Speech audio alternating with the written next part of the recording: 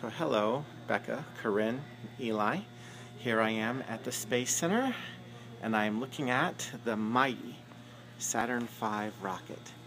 The largest rocket ever made, the most powerful rocket ever made, carrying the heaviest payload into space ever. And it was designed in the middle 60s, and that's forever and a million years ago now. So what you're looking at here is a rocket that is a total of 326 feet long.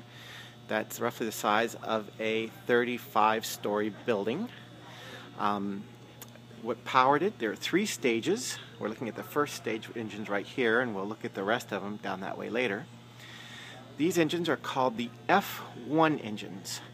These babies put out about 1.5 million pounds of thrust each. Altogether 7.5 million pounds. They were able to propel this rocket within the first 1.5 minutes of flight to a speed of 6,000 miles an hour. And they were to a height of 42 miles above the Earth, which sounds maybe not like a lot, but orbit is 115 miles. So you can imagine going most of the way into orbit in space in about roughly 1.5 minutes or so. So we're going to take a walk down the length of the first stage, which is what got the whole rocket going in the first place. And if you think this is going to be a short video for me doing this, you're quite mistaken. We've got a long ways to go. So this first stage was powered by a combination of liquid kerosene and liquid oxygen as the oxidizer. You can imagine a kerosene heater taking you to the moon. That's more or less what we're talking about here. The liquid oxygen had to be kept cold at all times, and along the rocket you'll see these little inlets for cooling down the oxygen, and it was constantly being pumped into the machine until it was ready to launch, because liquid oxygen has a nasty habit of getting away. So now we move out of the 42-mile mark, and we are entering the stage that would take you up to low Earth orbit. These were powered by J2 engines. They only put out a measly 250,000 pounds of thrust each, but once you got this behemoth going, you had enough momentum that didn't matter. So these babies would burn for about another 2 minutes. Hello. And those 2 minutes would take it to a height of roughly 115 miles above the Earth. And isn't that something? So, moving on, this is the second stage we're looking at here.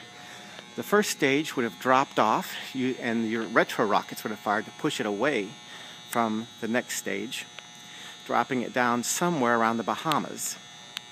Now, going this way, the second stage would have fired to continue the journey up to Earth orbit. And as I promised you, not a short walk. When we get to the lovely third stage here, powered by a single J2 engine, again 250,000 pounds of thrust just for that one, but once you're up out of Earth's gravity, who needs it? That much power from those big F1 engines back there. So the second stage dropped off. It would have fallen somewhere along the Azores by this point. And for those of you who are wondering about how fast this vehicle was going, if you could travel from Houston, Texas to Paris, France in roughly 17 minutes. That should be enough of an idea of how fast this baby was going, if only you could actually travel that fast. So now we're into the third stage. When you'd reach Earth orbit, this much of the craft, from the capsule up front all the way back to this stage, would go into parking orbit while the astronauts did a cross-check of all their systems before they were ready to go to the moon.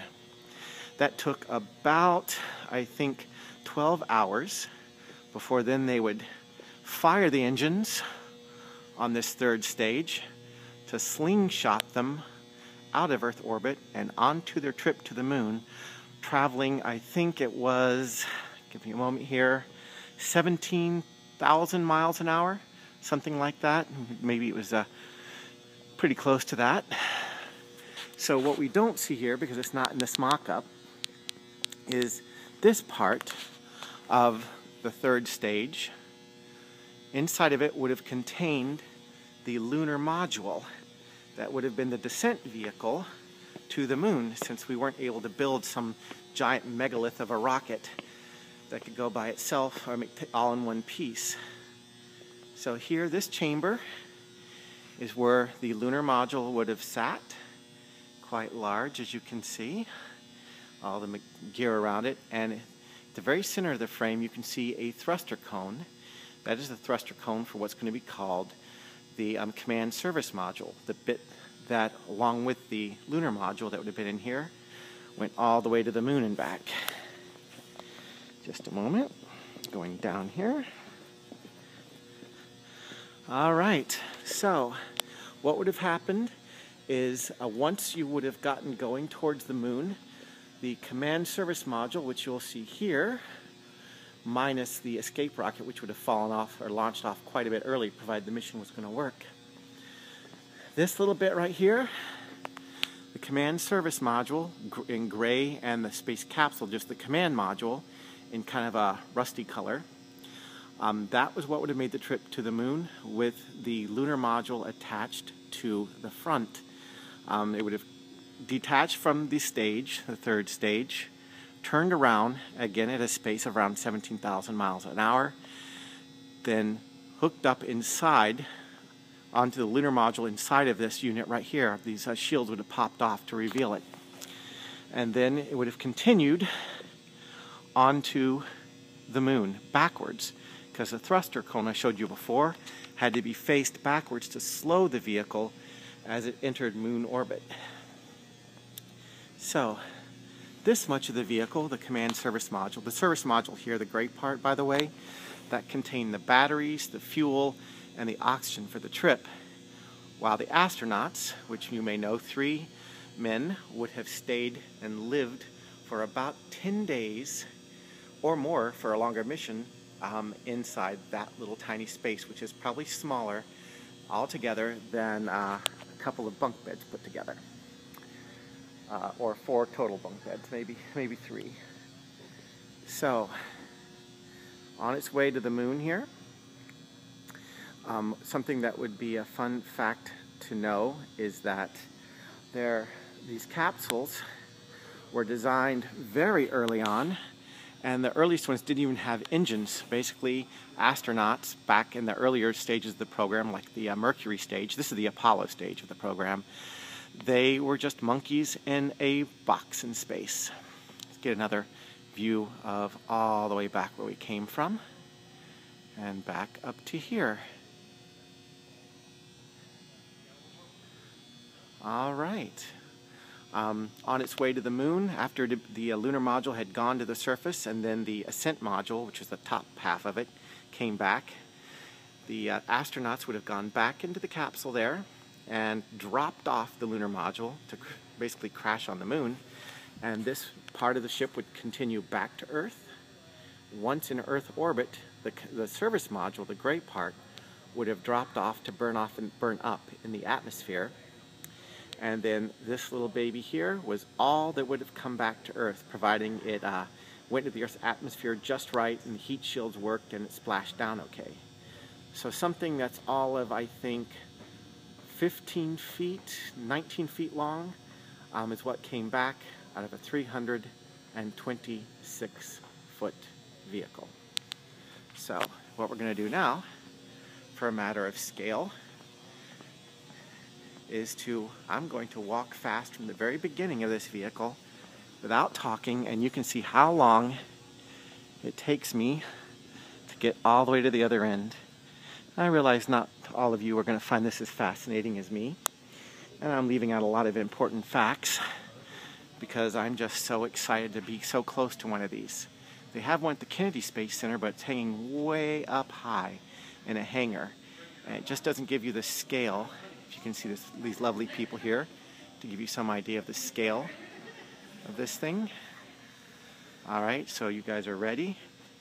Oh, they're going to have a picture taken over here, so I better stay out of the way. Click.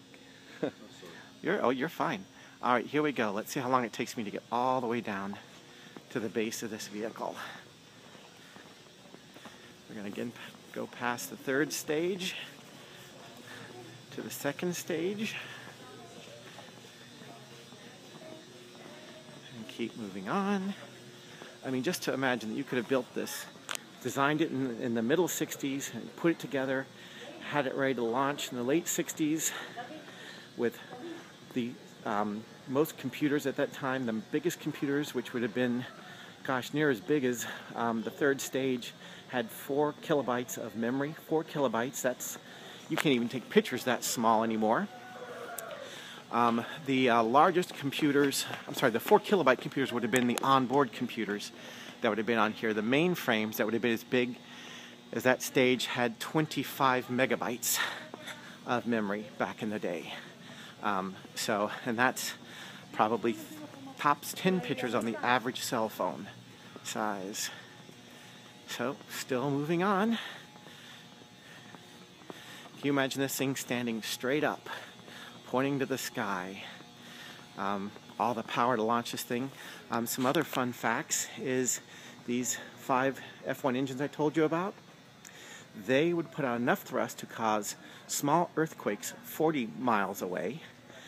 The spectators, who were at a minimum distance of 3 miles, would have felt a buffeting in their lungs, a little bit hard to breathe, and their legs, the thrust would have felt like it was slightly starting to push their legs out from under them at 3 miles.